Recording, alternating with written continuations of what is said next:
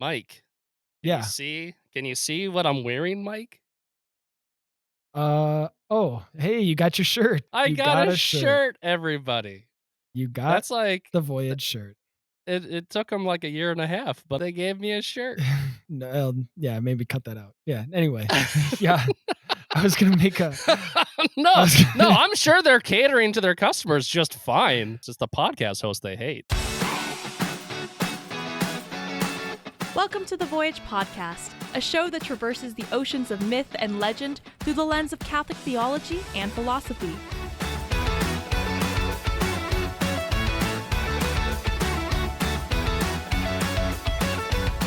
Come aboard as we set sail in pursuit of the heroic life and Christian virtue, with your hosts, Mike Schramm and Jacob Platty. I think what Voyage likes to say is like the church, they deal in centuries, not in there again, I'm gonna get in Again, with trouble the because no, only when when applying to a podcast host. yeah, I'm sure they you're gonna take wanna cut very all good that out. care of all their customers. Oh Probably better boy. than average. Probably superior service to all their Yeah, customers. That's what I maybe you would should leave a wager. review, Jacob. Yeah, I Yeah. will. You know what? I've ordered some comics from Voyage before, and you know what? That was the best service I ever got in my entire life.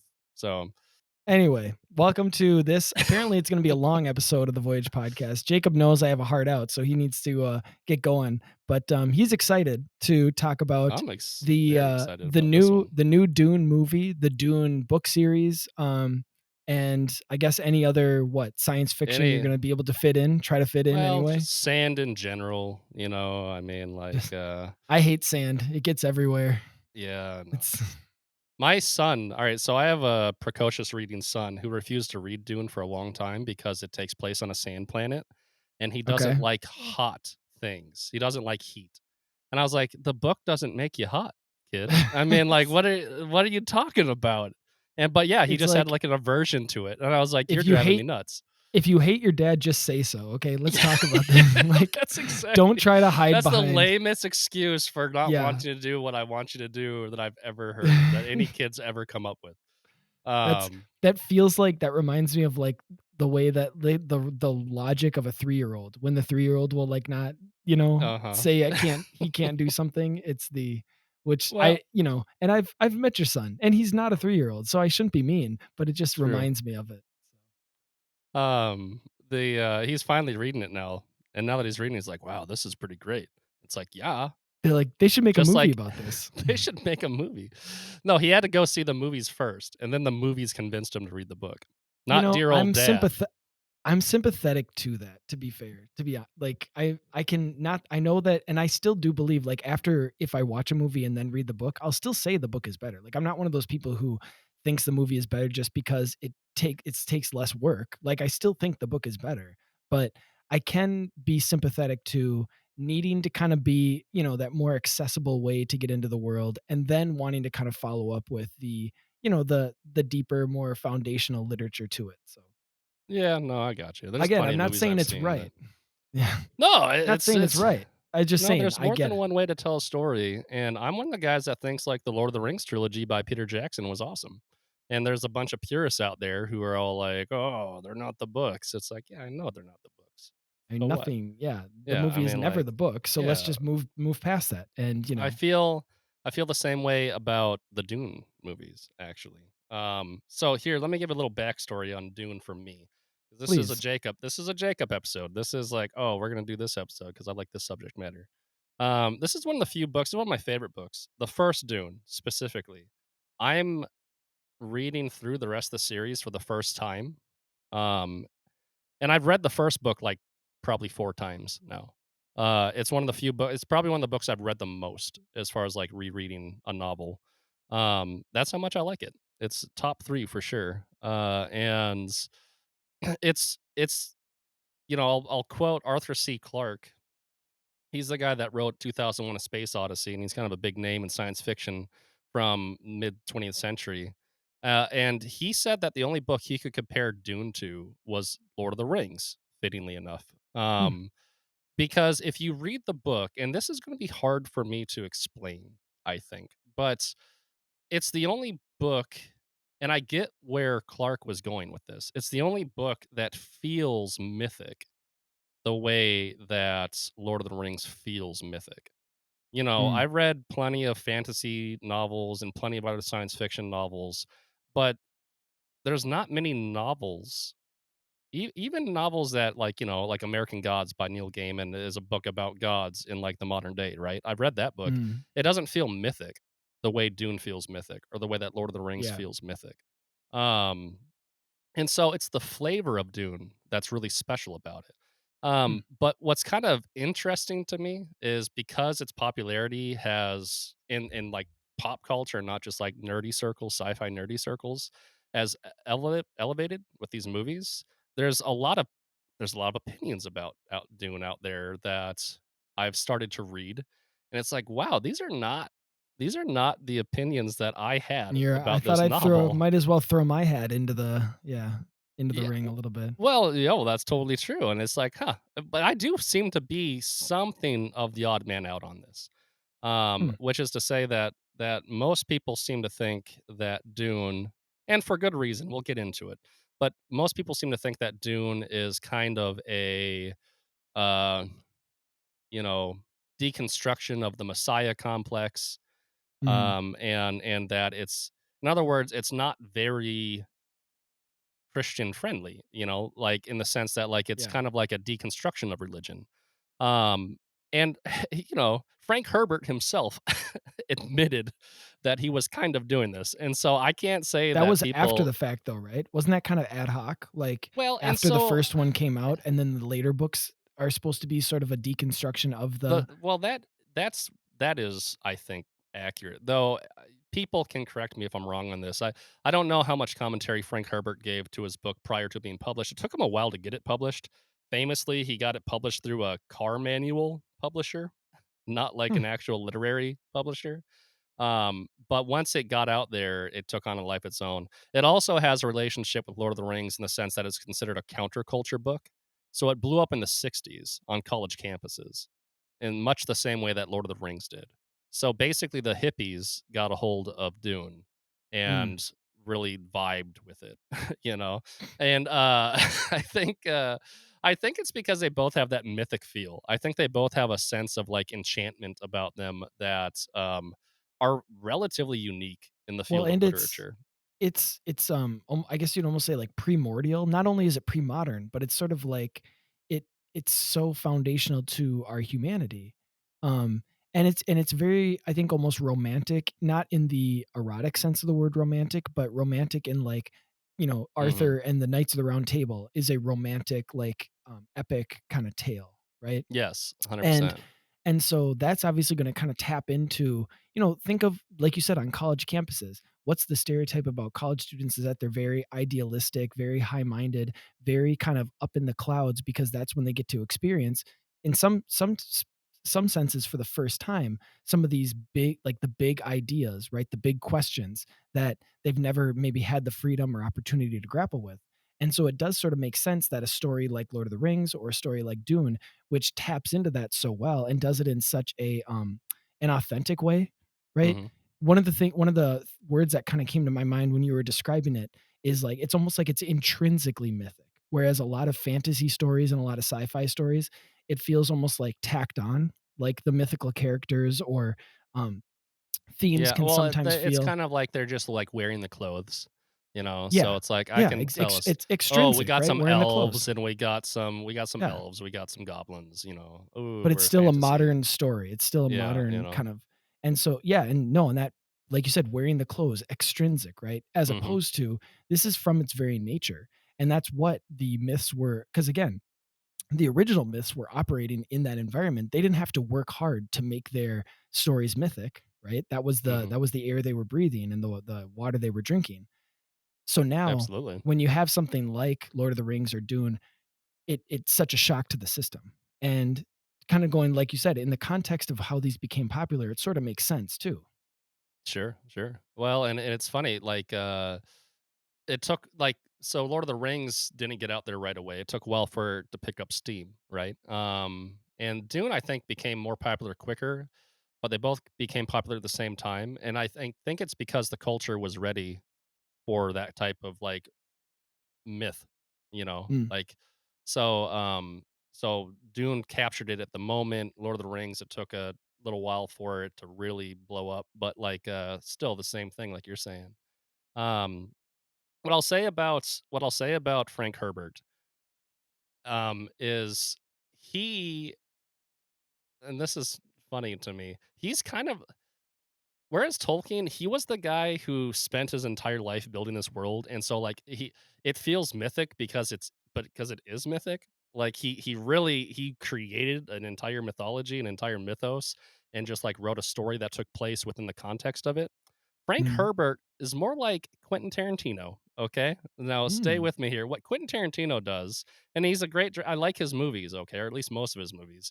Um, but what Quentin Tarantino does is he's just so in movie language and like has seen so many movies that he has like this kind of Rolodex in his head of different like editing shots and moments from other movies. And what he does is basically pastiche movies together.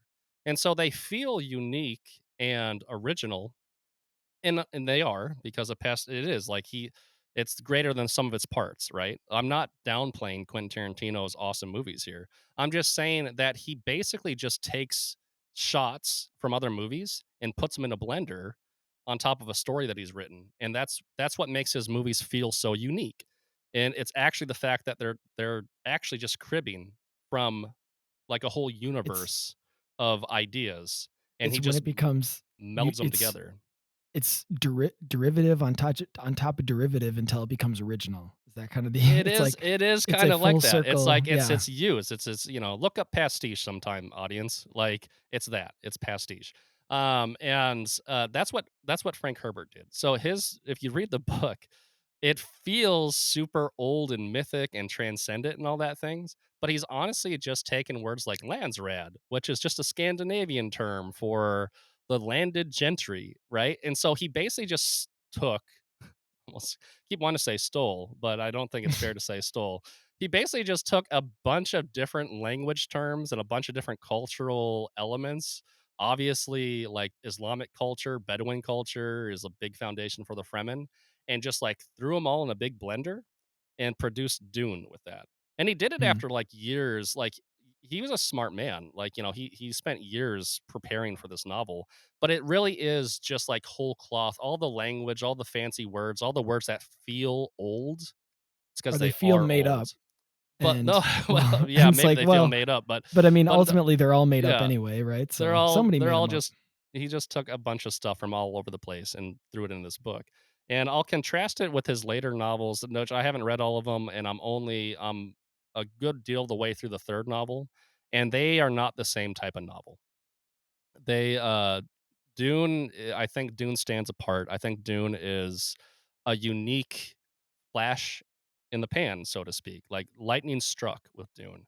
And it really was this alchemical thing, and it turned into this type of narrative, this book that I think was even bigger than Frank Herbert, right? Which is also why I think that Frank Herbert can have an opinion about this book that I don't actually much agree with. I don't inherently disagree with it. We'll get into that, but I don't think this book is as deconstructive as if that's what Frank Herbert As wanted people to as do. he And wants it to be, yeah. yeah, like, well, and the reason why he ended up writing all these other books was twofold, I think. One was his publishers were like, "Wow, this is selling like hotcakes. Like, we need sequels."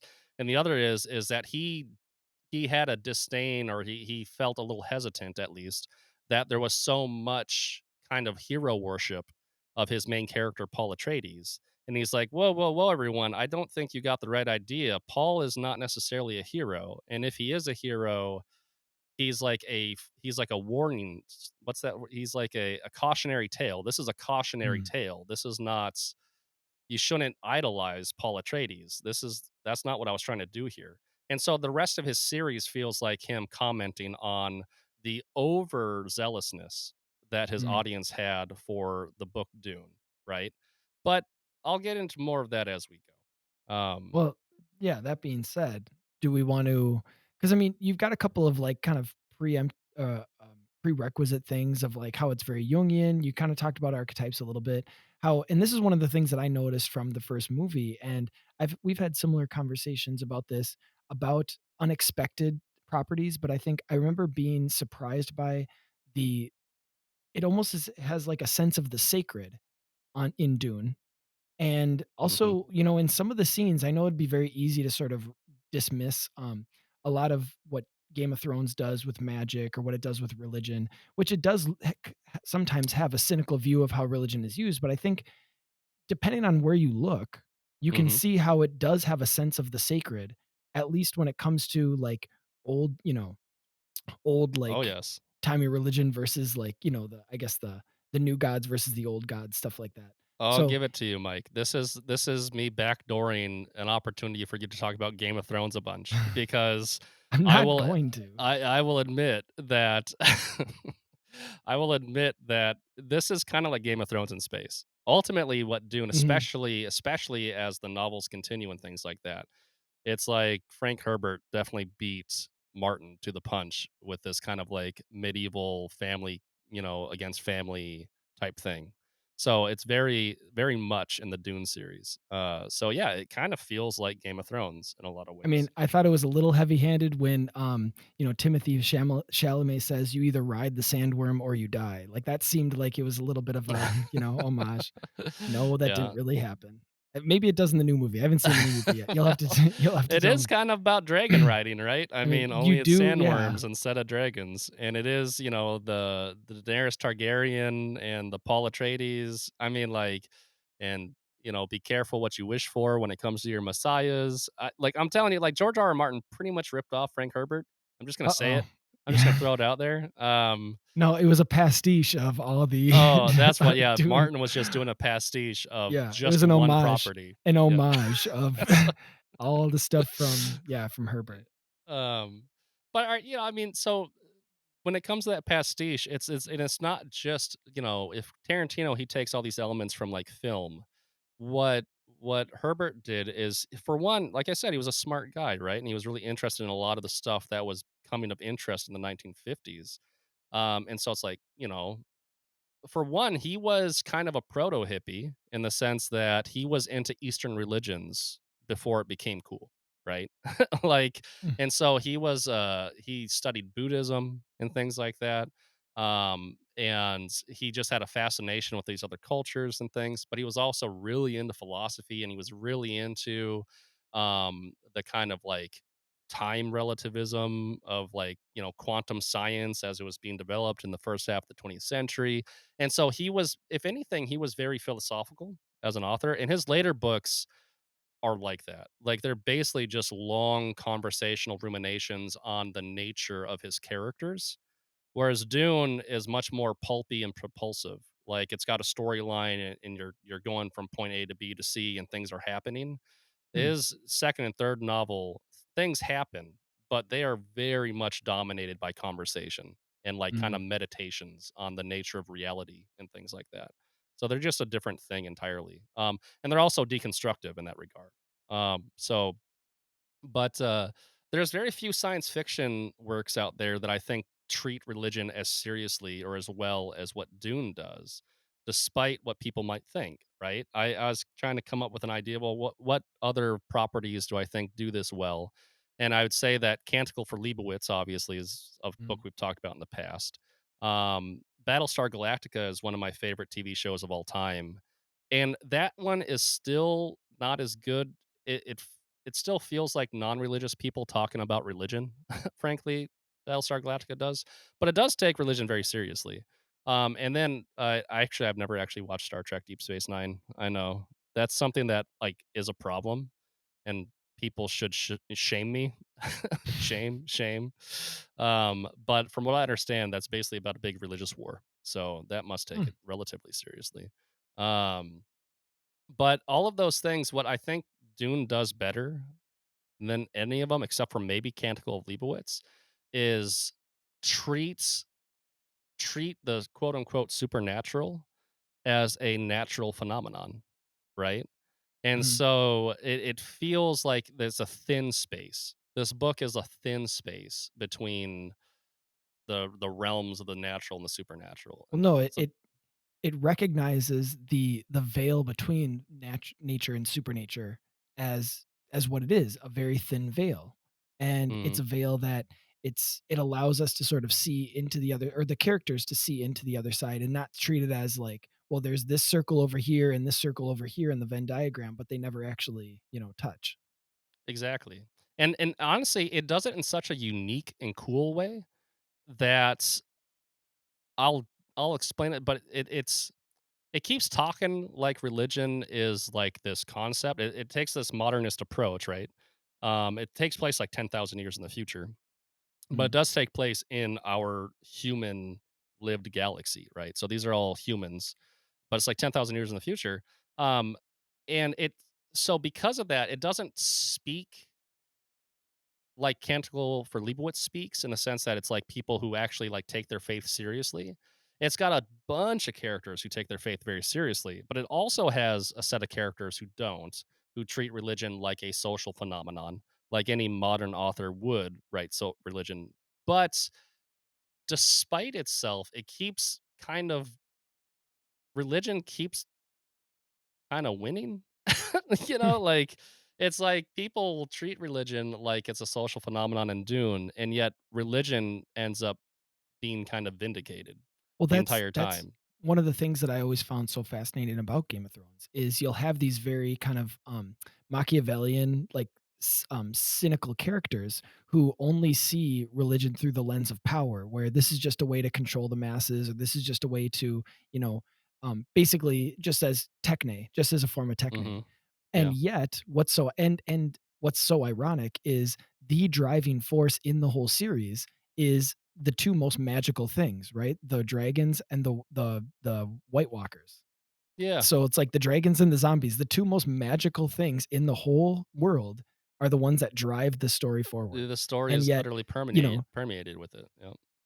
yeah, and maybe this is part of the irony too, is that the people in the quote unquote mainland, because obviously the zombies are all up in the north where hardly anybody sees them, and then the dragons are all kind of hidden off to the east where nobody, at least in, like I said, the kind of the main part of the land, are nobody sees them. So they become these sort of hidden, mysterious things that, like I said, they move the whole story, the big arc of the story, but because everybody is so imminent and it's not right in front of their face, they just don't treat them as if they're real. And maybe so that's kind of the parallel to our world, right? Is like we've pushed religion to the side, right? To the Yep. north or to the east or whatever.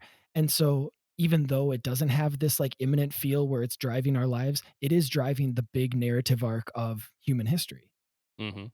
Well, and it's also true because, like, both properties kinda have they do a good job of feeling like a medieval society, and I think that in and of itself feels unmodern, and because it feels unmodern, it feels fantastic, right?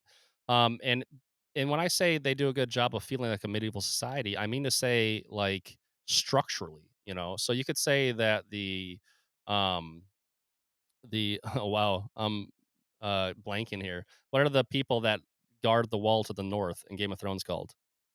Oh gosh, Like, there's the Warden of I the North, and his people are the hey, dude, you're oh the my Game of Thrones gosh. guy.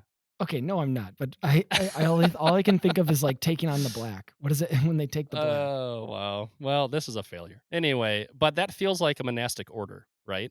Like, it Mm. feels like a religious order, and Dune has its own comparable thing here in the Bene Gesserit, right? Well, and actually Which to that end, because one of their, pejorative terms that the wild men call them is they're the crows. You remember that? mm, sure. And taking, like, the black cloaks and the crows were actually some of the names that the Native Americans gave to the Jesuits when they came to the United States Oh, that's funny, and dude. when they were, missionaries to the people in, like, it'd be kinda like the Dakota areas. Okay, There were a yeah. lot of Jesuit missionaries, and they were called the Black Cloaks and the Crows, which, No and I remember kidding. when I was watching, I was like, "Wait, what?" Like, so Well, it's, and you wanna add even more layers to this? The Bene Gesserit are literally based on the Jesuits, and the reason oh why they're gosh, named Jesuit, it's is a very like, hardly veiled reference to Jesuit. and Bene just means, like, blessed in Yeah. Latin. Yeah, Or and so this goodness or is an blessed example of in that pastiche I'm talking about. He's yeah. just like, "I'm gonna create the Jesuit order in my universe." only it's going to be an all female order. And basically, I'm gonna try to make this super quick because I'd rather be talking about the story than the backstory of Dune. Mm, But there's so much weirdness in Dune that we have to like lay this out. The Bene Gesserit are an order, a female. They're basically like nuns, but they do procreate and they do basically like marry off into families. Their basic premise is to bring about the Messiah by creating through like genetic pooling, right? They're eugenicists basically. mm, Um these noble houses, these pure blood houses, and they mix and match them together, and they are breeding a messianic figure called the Kwisatz Haderach. All right, and that's their entire mission in life. And if they can breed this philosopher king who has the ability to kind of like know the past and see the future, and also have like all this other kind of like um, human perfection, that he will lead the universe in nobility and into like utopia, basically. But they are a highly secluded order, and they have practices. Basically, Frank Herbert, because he was kind of new agey, he and really influenced by Buddhism, he believed in like using human technique. So like ever all the superpowers, quote unquote, all the religious fantastical elements in Dune, they're not portrayed as magic, even though everyone keeps referring to it as magical, because in effect it is, which is something that I super am simpatico with personally. It's basically just human techniques. So they can control people with their voices, right? But the way they control people with voices is basically rooted in this idea that if you know someone, then you can know how to psychologically manipulate them, and you can bring that psychological manipulation into their voice, into your voice. So it's not a crazy idea, but the way it's taken to like the nth degree in Dune. So mm. these people can just psychologically manipulate and basically mesmerize people spontaneously through this like super disciplined use of their voice, right?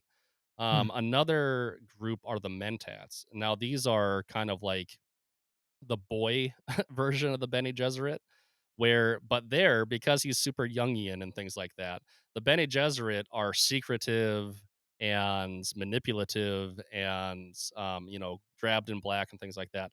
The Mentats are human calculators. They're human computers. Hmm. So of course men are good at math, right?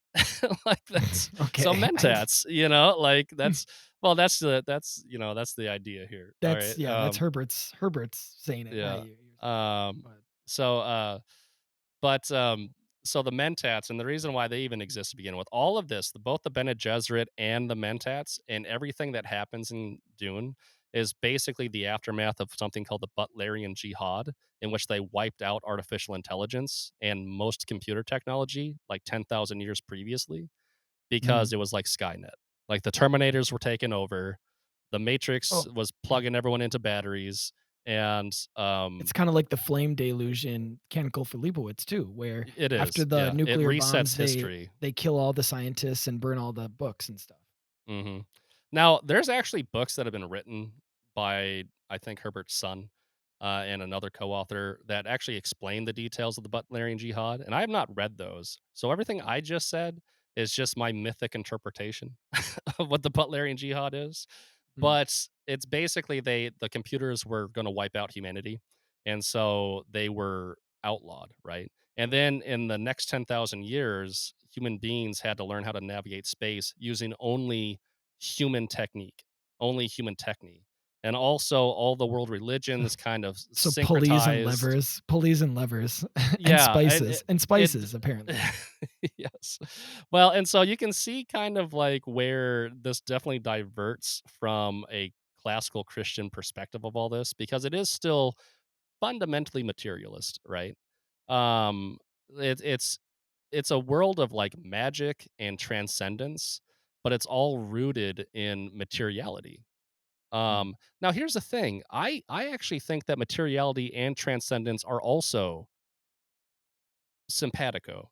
I mean, the fact that we are the image of God, the fact that Christ is God and man. Like Christianity is the only religion on the planet that really believes this too, right? Every other Let religion nature is is nature is yes, supernatural. we're Yeah. sacramental. Like, Mm. it's this is this kind of like idea that there's the supernatural world and the natural world over here and they're So you're saying, separate, Jacob, that every child literally is a miracle? Is that what you're saying? I It's am saying that, not Mike. just I sentimentally? am saying that, not just sentimentally. Um, I used to kind of roll my eyes when people would be like, God performed a miracle when that doctor saved that person's life on the ER table or whatever. And I was like, I see what you're doing, and that's nice sentimental stuff. But like, a miracle is turning water into wine or something like that, right? I actually am way softened on that. Like, it's like, you know what? No, I'm wrong. I was wrong, and I was being way too jaded and cynical. Like, God is at work in all things, and like everything's miraculous and things like that. So don't Everything's be a so sacrament, jaded. right? There aren't Yeah, just yeah. 7. Everything's a There you sacrament. go. The That's universe what. is a sacrament. There you go. I believe that. Yeah, unironically, that's the that's Yeah. So anyway, all these houses, they represent this human reaction to no longer having like mechanical technology to do these things. They have to rely upon the humanity to do these things. So you develop human computers that are capable of like this super, I'll just use the word supernatural ability to compute things the way a computer would in our own time. And the Bene Gesserit are more of the kind of like psychological emotional manipulators, but they're also trying to bring about this like human perfection, right? You have other things like the Chom and the Spacing Guild. The Chom is basically just like capitalism. It's a big umbrella term for like all marketing and kind of mercantilism. mm, And the Spacing Guild is the other big element in the Dune world, where those are the people who traverse across the universe and transport everybody. They're like their own entity. They're the ones that are able because again, this is all really complicated. I'm trying to be quick about it.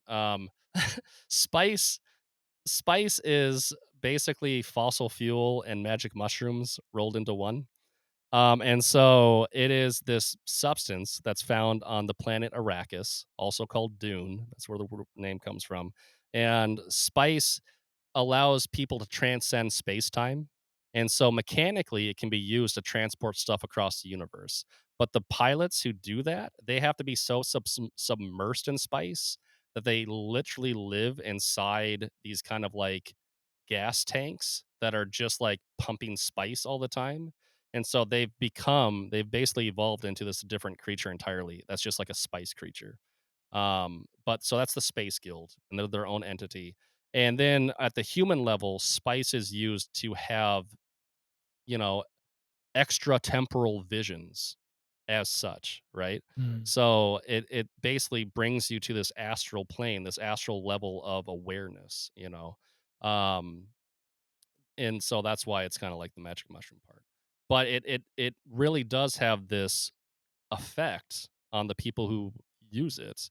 And as we discover, it has a profound effect on Paul, the main character of Well, Dune. and we've sort of danced around this idea a little bit. I think it is worth noting as like an overall theme. One of the big dangers that a lot of Christians will have when they when they start to see what you've kind of described as almost like a materialism that's kind of being snuck into the story is that it's a flattening out of the supernatural, right? It's a flattening out of the spiritual and saying that, oh, it's actually just natural in the first place. But what we're trying to sort of recognize and describe is that it doesn't have to be not only is it maybe a bringing heaven down, but it's a raising up of earth. And that Yeah. it's also recognizing that even when you say, "Oh, isn't that weird that spice is allowing for this incredible, space travel, or spice is allowing to see into the futures, quote unquote." When it's like, well, what if the natural has been raised up, and so it becomes participating, it allows for participation in the supernatural, right? That's what seeing the future was, is that you were seeing through the eyes of God, or seeing with the mind of God. And Well, so and that's that's exactly why it doesn't feel like it's denigrating religion to me when I read these Yeah. books. This book, specifically the first book, it's not. It's making the natural world supernatural. It's not making the supernatural mundane, right? It's got the Mhm. complete opposite effect. And I think this is why it resonated with people. And specifically the first book. The rest of the series doesn't have the same cultural capital that the first book does, right? They're Mhm. almost different beasts, frankly. The Well, Dune is and special. even the second movie isn't supposed to be off the second book. The second movie Yep, is the still the first book. it is. Yeah. So it's still like the reason why, because people have been talking, very highly of the second movie. I mean, the first movie too, but I'd say especially the second movie.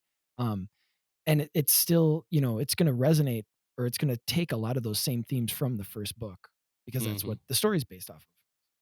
Well, and so the last group that we need to talk about are the Fremen. Now, the Fremen are the natives of Arrakis, and this is a Dune planet, and they are literally basically just like Bedouin culture, right out of Lawrence of Arabia, Sand right? people. They're sand people. They Yeah, they don't right. travel in single file though. Then they'd get No, and they eaten. don't They'd have get those tracked big down. giant they don't have the big giant, inverted pyramid trawlers that they Oh like yeah. in Star Wars, anyway. But they're also, Well, that like, was s Jawas. That's not the same as the are they sorry. not the same as sand people? Oh, alright, The whatever, well, Tuscan Ra yeah. Okay, moving on. So the no, but the Fremen are basically the ultimate warriors of the universe, though it turns out, because they've lived in such a harsh environment for generations upon generations that they're more or less the most invincible warriors ever.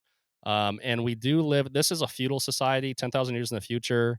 This doesn't look like hard sci-fi. This looks like it looks like medieval times. People are back Mm, to fighting with swords and things like that because they have shield technology that makes bullets irrelevant. So people don't use lasers or bullets or any projectile weapons because they don't permeate shields. So the only way to permeate a shield is through slow movement, like a sword, like a thrust, right? So everything has reverted back to this kind of uh it doesn't feel like it's in the future or the past. It just feels transcendent in that regard. I think that's another element of this story that feels interesting and makes it feel mythic. Um, but ultimately, in a nutshell, this is about how Hars Harkonnen, the enemies of House Atreides, who are also were in control of spice manufacturing, which made them super wealthy because the whole universe needs spice to travel around the cosmos. Um, the emperor takes Dune away from the Harkonnens, gives it to the Atreides because the emperor actually is working with the Harkonnens in order to wipe out the Atreides because the Atreides are too cool and everyone loves them too much, and he doesn't want them to rise up and take his throne.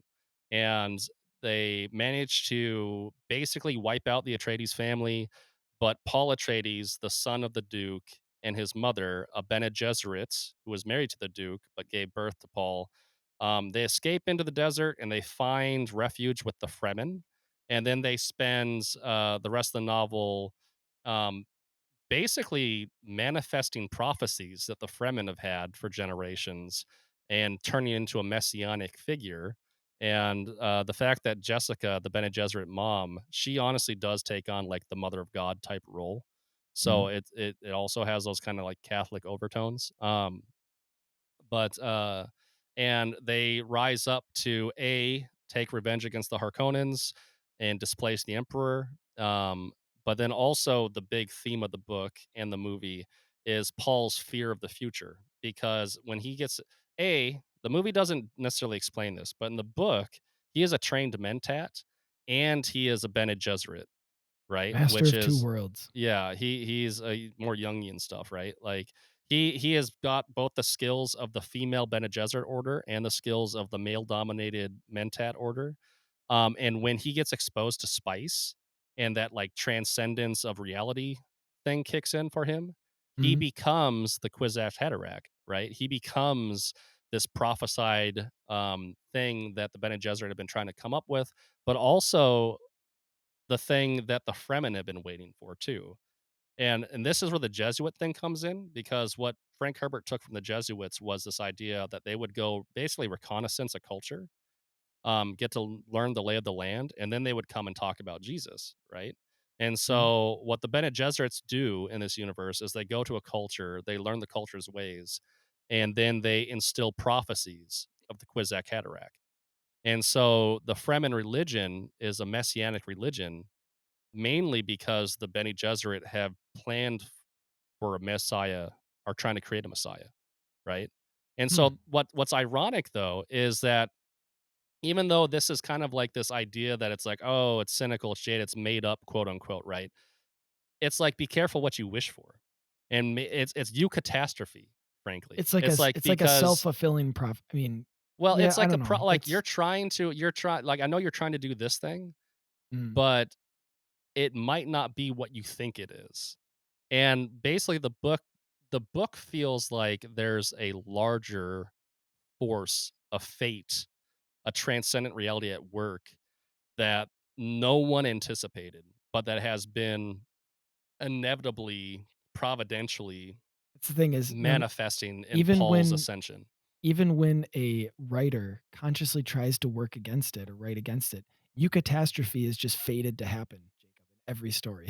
Sure, Eucatastrophe just sure. in every good story, eucatastrophe must happen. Well, and so it's like, be careful what you wish for. And I do think that's where me and Frank Herbert agree, is because Paul, he does become a Messiah, but it's just not the Messiah that anyone anticipated. And as a Christian, he's still a pagan Messiah though. He has way more in common with like the Mahdi of Islamic. So it's he's a warrior Messiah. He's a Maccabean revolt style Messiah. He's the kind of Messiah that the Judeans wished for before Jesus showed up. They thought someone was Yeah. going to come and take over the Roman Empire and spread, the true faith across the entire globe. And then Jesus showed up, and he wasn't that at all, right? And Mm. so Paul Atreides, though, he is. Paul Atreides is the Maccabean Messiah or the Islamic Mahdi, which is why his name is Mahdi. Again, because Frank Herbert is just whole cloth taking things out, and so It's it's like just it's like it's the, the "Hey, Mahdi. can I borrow your homework?" "Yeah, just change it a little so the teacher doesn't notice." That's Yeah, that no, meme. that's 100% what Frank Herbert did. But again, the alchemical, it's greater than the parts. And so there are parallels to Jesus in Paul, but Mm. few, because frankly, he's not the type of Messiah that Jesus is.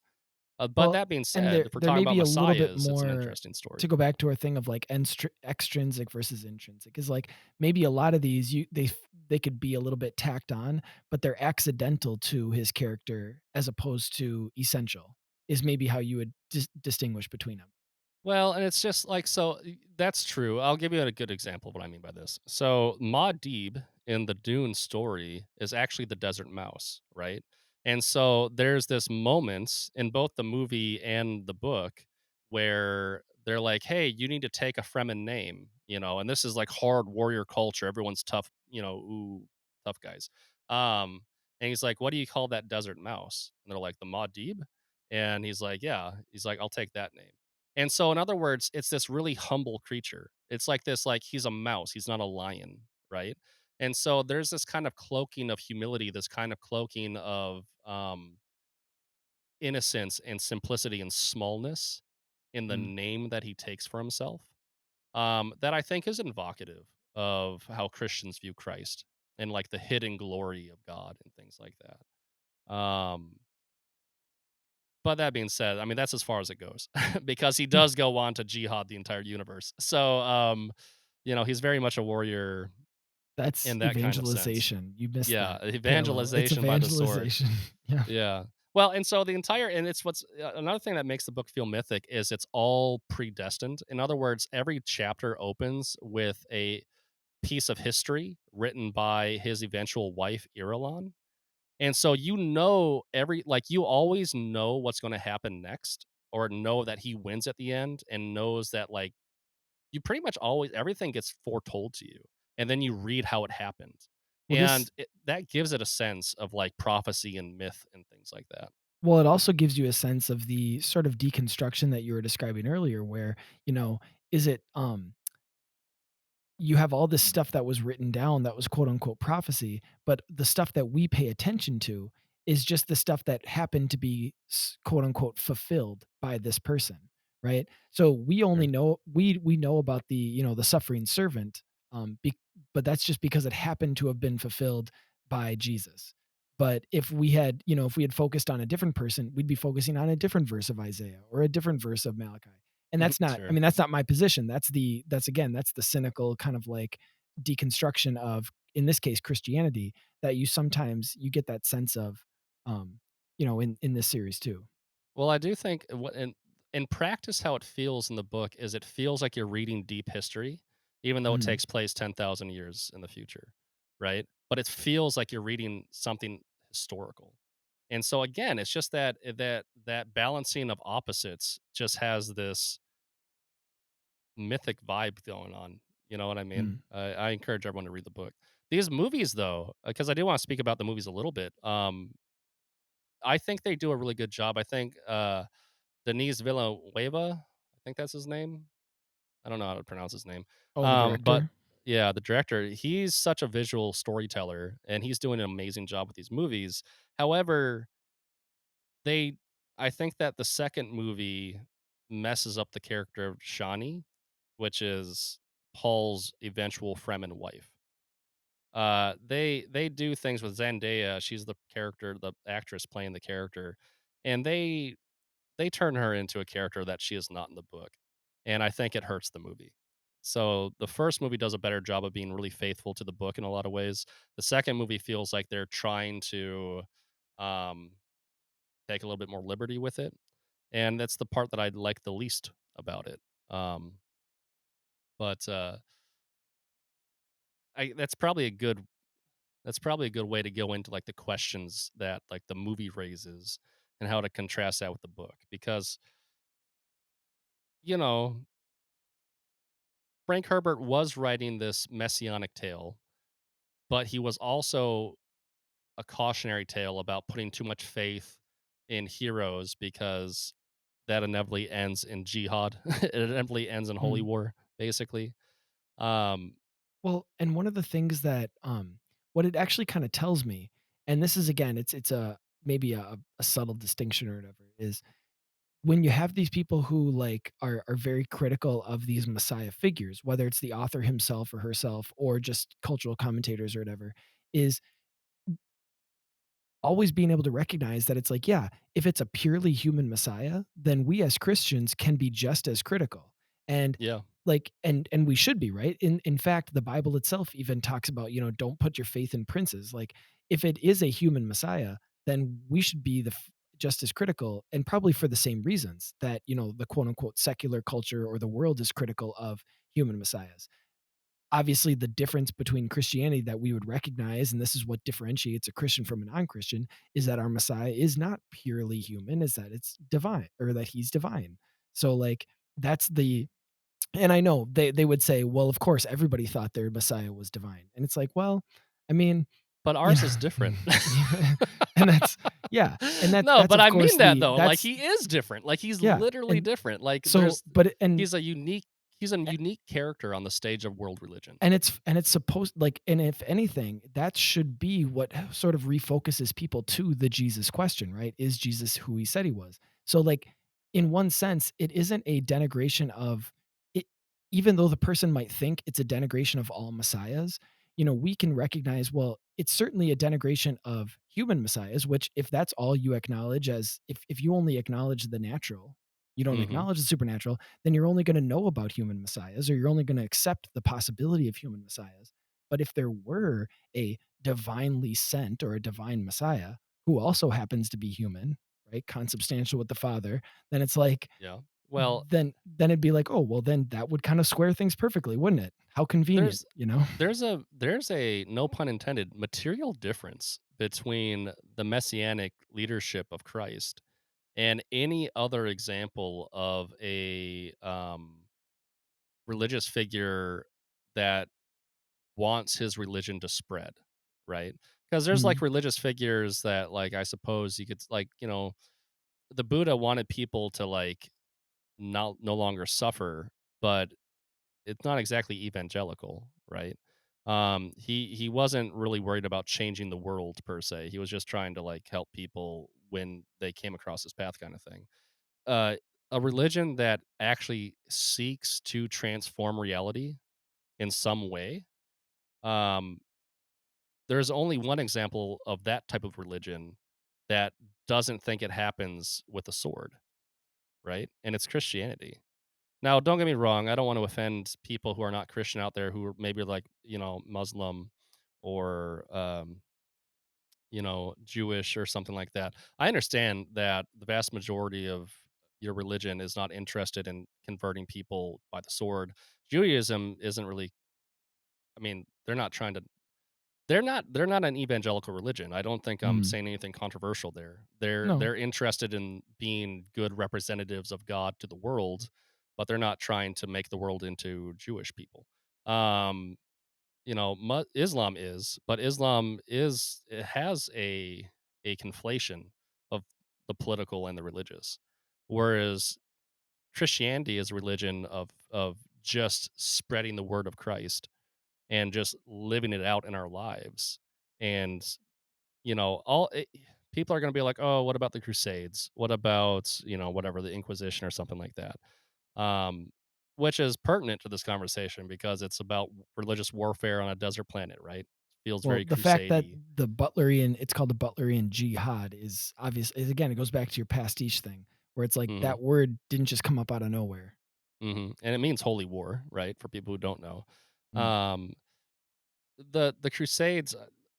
Talking about imperial Christianities, right? Because there's many empires and many empires that have been Christian across history.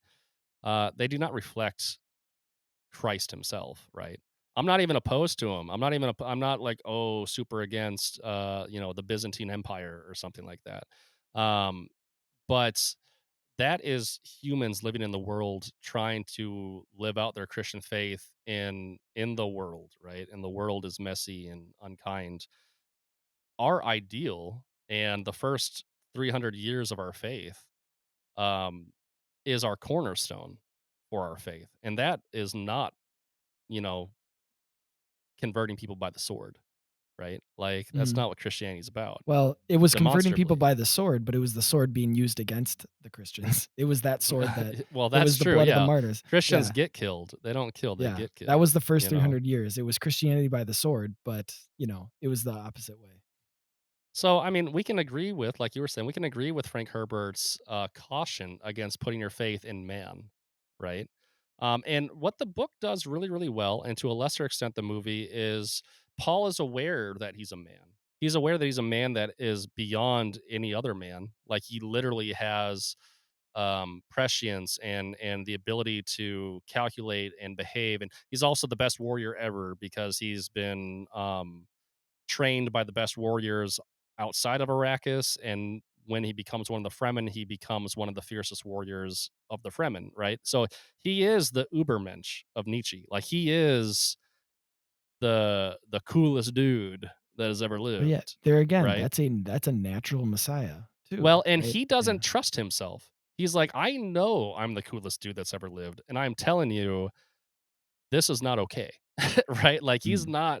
he's not trying to be a messiah, though he inevitably becomes the messiah, and he even accepts his messianic nature because of this kind of sense of inevitability, this kind of sense of prophetic truism, which is where the transcendence comes back in. And it's almost like the Bene Gesserits and the feudal system and all of the corruption that takes place in this universe gets wiped away in a flood of Fremen jihad under Paul Atreides' direction, right? So the Messiah who comes, if there's a, he's the second coming of Christ, right? Mm. He's the flood that wipes away injustice and iniquity.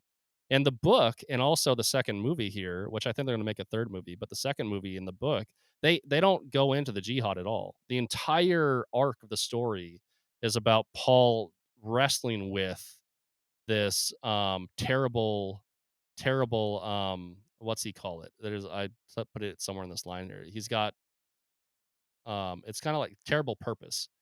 and he literally means like glorious Glorious purpose, like purpose. Loki, but it's Yeah. terrible purpose. No, but it's specifically terrible purpose. He Mhm. feels like he's an instrument of terrible purpose, and he talks about terrible purpose not as not a noun. It's like there's something outside of him, and he is the instrument of that thing, this terrible purpose. And when he says terrible, he doesn't mean evil. He means awful. He means like awe-inspiring. Awe-inspiring or strikes terror, Yeah, striking which terror, like, so it's striking kinda terror it's into the heart of your enemies, you can still be a good guy and do that, so. well, even people, they see angels and they're terrified, right? Mm. Like, it's a relatively neutral term. It's not he's saying it's bad purpose, it's just big purpose. It's purpose that's bigger than him. And so he's at its thrall, basically. And that's how the book ends. It ends with them being like, "All right, bye. We're gonna go jihad the universe now." And when the second movie ended, my kids were like, "There's no way the book ends like that," because the second movie faithfully just ends with his Fremen being like, "What do you want to do now, boss?" And Paul's like, "Go get paradise," kind of like go into Mm. the land of milk and honey and take it for yourselves, kind of thing, right? But he's like, Oh, so he's "Go a go get Joshua figure too, yeah. oh, 100% he is, yeah. Um, go get paradise, and it just ends with the armies of Paul Atreides marching off into the universe, and you just know what happens next is just gonna be like massively brutal on everybody, right? Hmm, So there's this moral ambiguity to that, which gives the book depth and the movie depth, where it's like, wow, how do I feel about that, right? hmm, But I guess the way that I've always felt about it is that it's like a flood story, where it's like you had all these human actors trying to control the universe, right? Trying to control God, Tower of Babel type thing with this Paul Atreides at the top of the pyramid. And God's like, "You want me to come down?" Like, "Okay, I'll come down." And here's your Messiah. Go ahead, yeah. Messiah, do your thing. And it's not what people wanted. You Mm. know what I mean? So as a Christian, these things make sense to me, right? Like Yeah. it all makes sense to me. I don't feel like this is like deconstructing my faith at all. So No, um yeah, and even just the I kind of, offhandedly mentioned the Joshua thing, but it's like Joshua might be a really good model because it's Old Testament, it's very, early in Israelites' history where, in a sense, it wasn't clean, and it wasn't all like, wasn't all happy if you go from the book of Joshua no. into the book of Judges. So, like, that whole, fulfilling God's purpose was not like I get it wasn't nice in a sense. And so it does kind of fit that, and obviously he was a warrior, he was the leader of the people. And, you know, a lot of Christians have made note of the fact that Yeshua, Joshua, and Jesus's names are, very similarly related. And that Yeah, wasn't on absolutely. accident either. So No. those sorts of like those kind of Joshua is the connections too. figure that is the Old Testament figure that was meant to, through holy war, bring justice to the world, right? By entering into Canaan and giving the people of God a foothold, a place to live, so that they could bring about God's divine justice, right? Ultimately, that becomes Christ. Christ is the divine Well, justice that and yeah, that God and seeks to bring about. But it's it was it's this it's sort at of the sword, necessary step so that Yep. Jesus could ultimately be born in Bethlehem and fulfill all the prophecies, die in Jerusalem and all that stuff. So it's like it became this like, I guess uncomfortable but necessary, again, necessary from our viewage, Carving from our out standpoint. within the context of human history, right? Christianity is a historical faith. It doesn't it doesn't shy away from the history of humanity. And at this point in humanity, this is what humanity was. And humanity, made room for itself at the edge of a sword. The people of God had to do the same thing because that's what the rest of the world was, right? And this is not even God condoning like the idea that this is what humanity should be. It's clearly the case that God doesn't want humanity to be like this. So But it should have been Saul Atreides really, because he kind of resembles the Saul of the Saul Old Testament more so Atreides. than the Paul. So that's what Herbert should have named him. But maybe Yeah, that was Saul his wink. Atreides. That was his wink at the camera. Well, Saul became Paul, right? So, Very good, Jacob. Yeah. Not yeah. the Old Testament one. Not the Old Testament Saul, No. though. That things You didn't know, end as well for him. So, what's you saw the first movie. You haven't seen the second one yet, yeah, I've right? seen the first Yeah. movie. What'd you think of it? I mean, I liked it, and a lot. I've said a lot of the stuff that we kind of said in here about it, and it Mhm. was it was a little bit slow and everything at first, but then it picked up and it was enjoyable, and it I was. I'll think be for honest, like it was one of those where if it wasn't for this, I don't know if I would have honestly, because it's been out for a long time and it's been available for a long time. And it was just something that I hadn't like gotten myself to. you're no better than my kid. You're just like, "I don't know, I don't like deserts," You already deserts believed and that. You already yeah. believed that, but Jacob before this. So, what is that? That's nothing new to me. That's not Yeah, new information to me. you know, we'll see where he goes next. They're gonna do a 3rd movie, and I hope it plays out. Just give me He's more of gonna that Timothy Chalamet, right? Yeah, The sure, world needs it. The world needs it. Well, thanks, Jacob, for I hope this uh quenched your thirst. Your mouth was dry. You really, yeah, you Ah, needed this yeah. conversation. Look forward to our next one. But thank you guys for joining us, and just a reminder to like and subscribe to the show, leave a positive rating so that it gets us out there more and more available. And yeah, we'll see you guys next time. Just remember, folks, do not fear. Fear is the mind killer. Thanks for listening to Voyage Podcast. The Voyage Podcast is a production of Voyage Comics and Publishing, which seeks to create exceptional entertainment informed by Catholic values that inspire people to live a heroic life. Voyage Comics seeks to advance truth and beauty found in powerful stories. To learn more, visit voyagecomics.com. You can also follow us on Facebook, Twitter, and Instagram.